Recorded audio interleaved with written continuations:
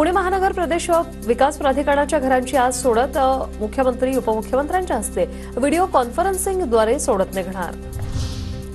पुणे शहरातील तापमानात वाढ, पारा 36 अंशाच्या पुढे।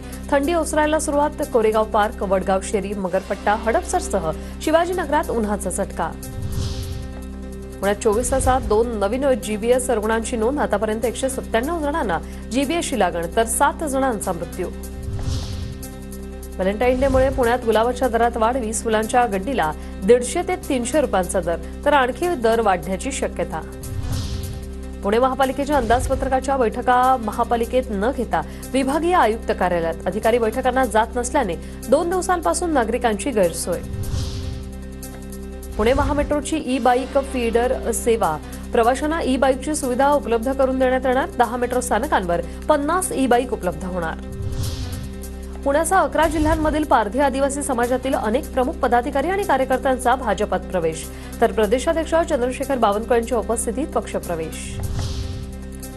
पुण्याच्या भोरमधील आपटी गावातील कार्यकारी सहकारी संस्थेच्या अध्यक्षपदासाठी निवडणूक संपन्न।